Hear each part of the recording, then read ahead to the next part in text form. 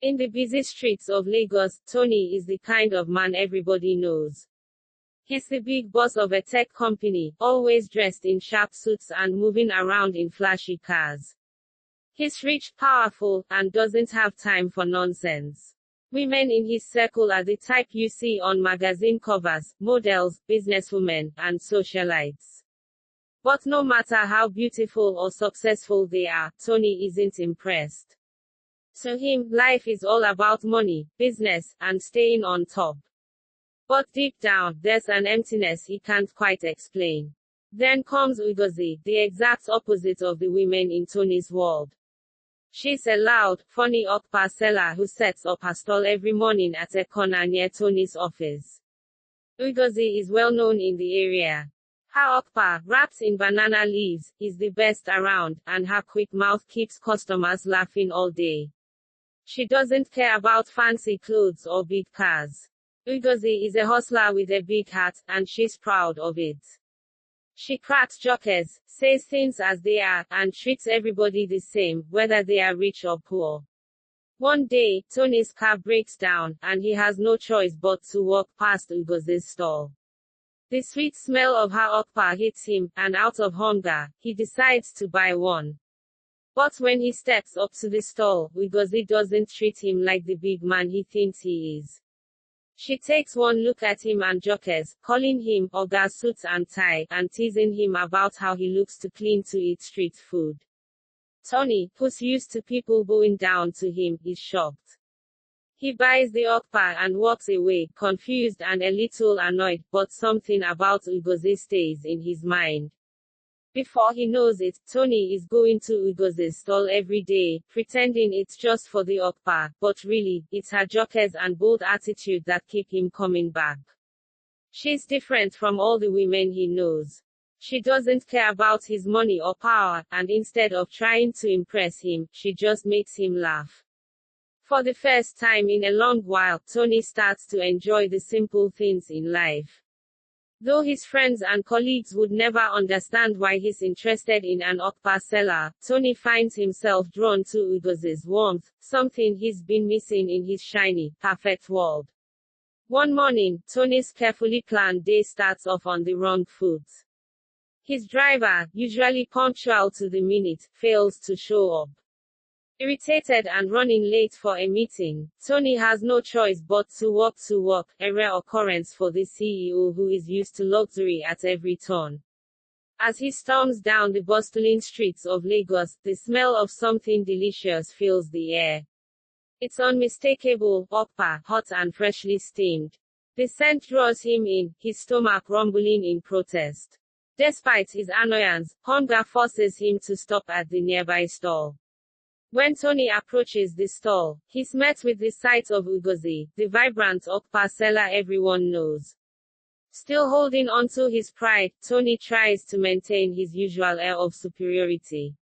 He orders in the clipped tone he uses with his employees, expecting Ugozi to serve him without a second thought. But to his surprise, she doesn't flinch. Instead, she gives him a once-over and, with a mischievous grin, calls him Oga Suits and Tie. She teases him about his polished appearance, laughing that his shiny shoes might not survive the rough Lagos streets. Her sharp wit cuts through his serious demeanor, leaving him speechless. Please use this few seconds to hit the subscribe button and turn our bell for more video alerts. Thank you for joining us. Let's continue. Hope you enjoying the tale. I promise you more fun as we go ahead. Caught off guard, Tony is stunned by her boldness. He's not used to anyone speaking to him so casually, especially not a roadside vendor. Usually, people tiptoe around him, careful to show respect. But Ugozi, she doesn't care who he is. For a moment, Tony feels a mix of irritation and confusion. He can't decide whether to be offended by her remarks or intrigued by her fearless attitude. Still, her playful banter does something to him, something he doesn't quite understand. He buys 2 Orkpas and walks away, feeling unsettled. As Tony continues on his way, the encounter lingers in his mind. No one had ever spoken to him like that before, and the fact that Ugozi didn't fawn over him like everyone else left a lasting impression. She wasn't trying to impress him, she was just being herself, and somehow, that made him feel human. As he bites into the warm Orkpa, he finds himself smiling, though he doesn't know why. Something about that interaction has stirred something inside him, and for the first time in a long while, Tony feels both amused and curious. After that first encounter, something unexpected happens to Tony. It's not just the taste of the Orkpa that lingers in his mind but the entire experience. The simplicity, the laughter, and Ugozi's carefree attitude feel like a breath of fresh air in his otherwise stressful life. As much as he tries to focus on his business, he finds himself thinking about the Orkpa and, more importantly, about Ugozi. Soon, the craving grows, not just for the food but for her sharp humor and boldness. Over the next few days, Tony deliberately changes his route to work, making sure to pass by her stall, all while pretending it's a coincidence. Each day, the interactions between Tony and Ugozi become more entertaining. Tony, always the polished CEO, tries to maintain his serious demeanor, but Ugozi easily breaks through his facade.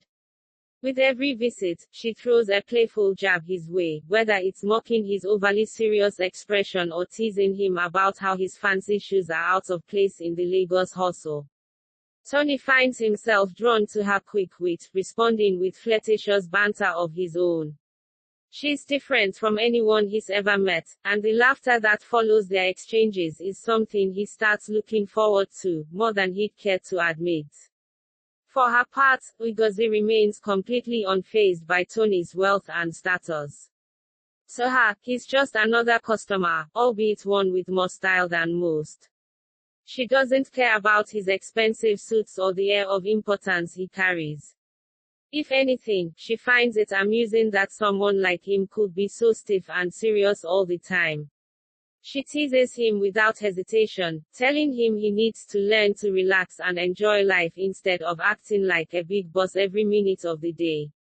For Tony, this attitude is refreshing. Ugozi isn't trying to impress him, and in a world where everyone treats him differently because of his position, she's the only one who talks to him like a regular human being. The more he's around her, the more he starts to realize that there's more to life than just money and business. Word travels fast in Tony's high society circle, and soon, his friends and colleagues begin to notice something unusual. Tony, the once composed and business-minded CEO, has started spending more time near a street food stall than at any of their luxury events. When they discover it's all because of an Orkpa vendor, they can hardly believe it. Over drinks at a high-end bar, they laugh and mock him, calling it a phase or a midlife crisis. They suggest that Tony has been working too hard and is simply looking for a distraction. His friends take it a step further by trying to set him up with more appropriate women, rich, elegant women from their circle. Despite their best efforts, none of these setups hold his interest. The women they introduce don't make him laugh like Ugozi does, and Tony finds himself thinking about the simplicity and warmth of her stall every time he's with them. As the days go by, Tony becomes more and more torn. His wealthy lifestyle is far from the world Ugozi lives in, and he's increasingly aware of the social gap between them. Yet, every interaction with her pulls him closer. Tony's colleagues continue to tease him, assuming that this infatuation will pass, but Tony knows it's more than that. No matter how many glamorous dinners or fancy parties he attends, nothing feels as real or enjoyable as standing by Ugozi's stall, eating Orkpa and laughing over her jokes. He starts to realize that what he feels for Ugozi goes beyond admiration, it's love.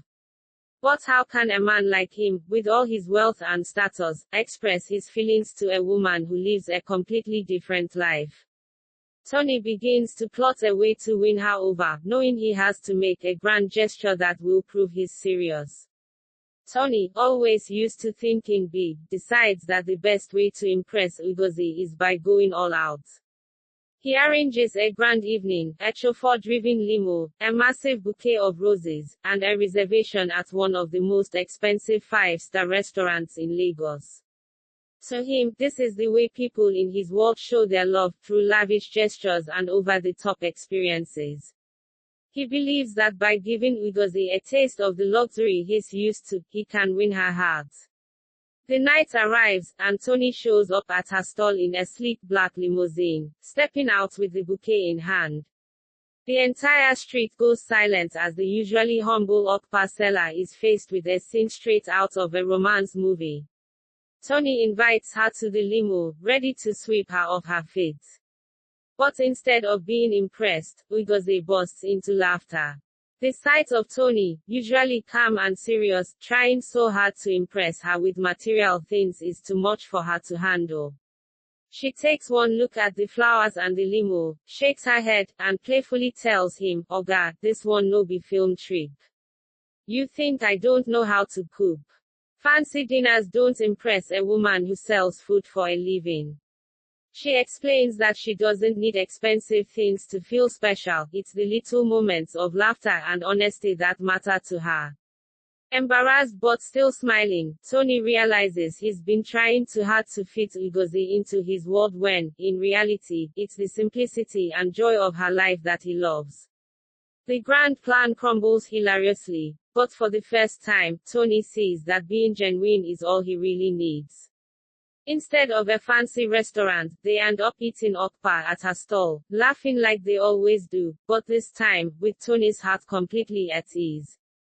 As Tony spends more time with Ugozi, he begins to notice that there's more to her than the lively, carefree woman who sells Orkpa on the street. One evening, as they sit by her stall after the busy rush, Ugozi opens up about her past. She tells Tony how her life took a hard turn after her father passed away, leaving her and her siblings to fend for themselves. Her family was deep in debt, and with no formal education, Ugozi took it upon herself to start selling Orkpa to help pay off the debts and support her younger siblings. She shares stories of the struggles she faced, from learning how to make the perfect Orkpa to standing in the rain just to make a sale. Tony is moved by her resilience and determination. Beneath her playful banter is a woman who has fought to keep her family afloat against the odds, and he realizes how much strength she carries. This revelation changes everything for Tony. For the first time, he sees that Ugozi's worth isn't tied to her circumstances or her business, but to the strength of her character. Her independence, hard work, and ability to face adversity with a smile make her more admirable than anyone he's ever known. Tony realizes that he's been approaching their relationship all wrong, trying to impress her with material things when, in truth, what she values most is authenticity. Moved by her story and determined to support her dreams, Tony decides to do something meaningful instead of flashy. He knows she doesn't need expensive dinners or grand gestures, but he wants to show her that he understands her world now. Do not forget to subscribe and turn the bell on for more.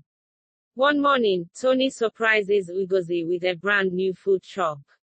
It's a sleek, modern upgrade from her small stall, with everything she needs to expand her business.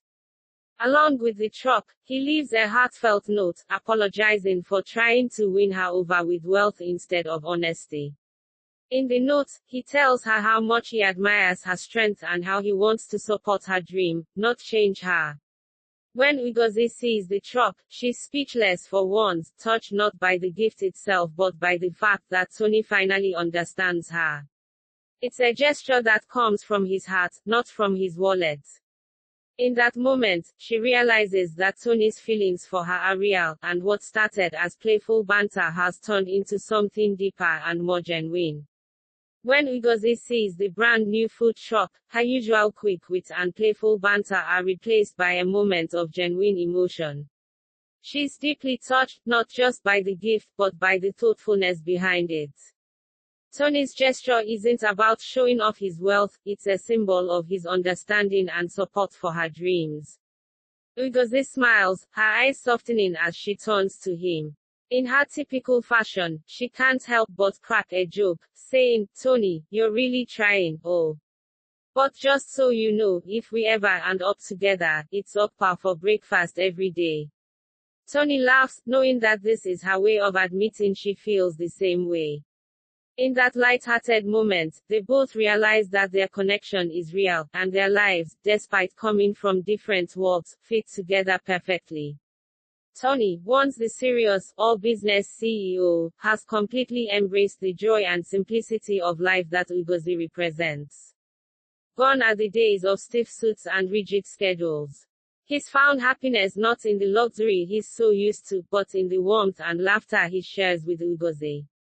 The high society friends who once mocked him are now fascinated by this unusual love story. What spreads throughout Lagos, and soon the entire city, is buzzing with gossip about the rich CEO who fell head over heels for the sharp-tongued Orkpa seller.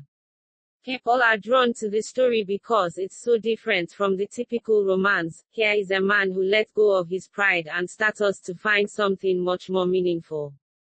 Tony, dressed casually for the first time, sits at Ugozi's food stall, enjoying his Orkpa like it's the finest meal he's ever had. They are laughing together, completely at ease, surrounded by the hustle and bustle of Lagos. It's clear that Tony has found something priceless, the joy of being with someone who loves him for who he truly is. Their relationship becomes a symbol in the city, a hilarious and heartwarming tale that proves love isn't about status or wealth, but about finding happiness in the simplest moments. As they sit side by side, enjoying their everyday life, Tony and Ugozi's love story becomes the talk of Lagos, a story of two people from different walks who found something beautiful in each other.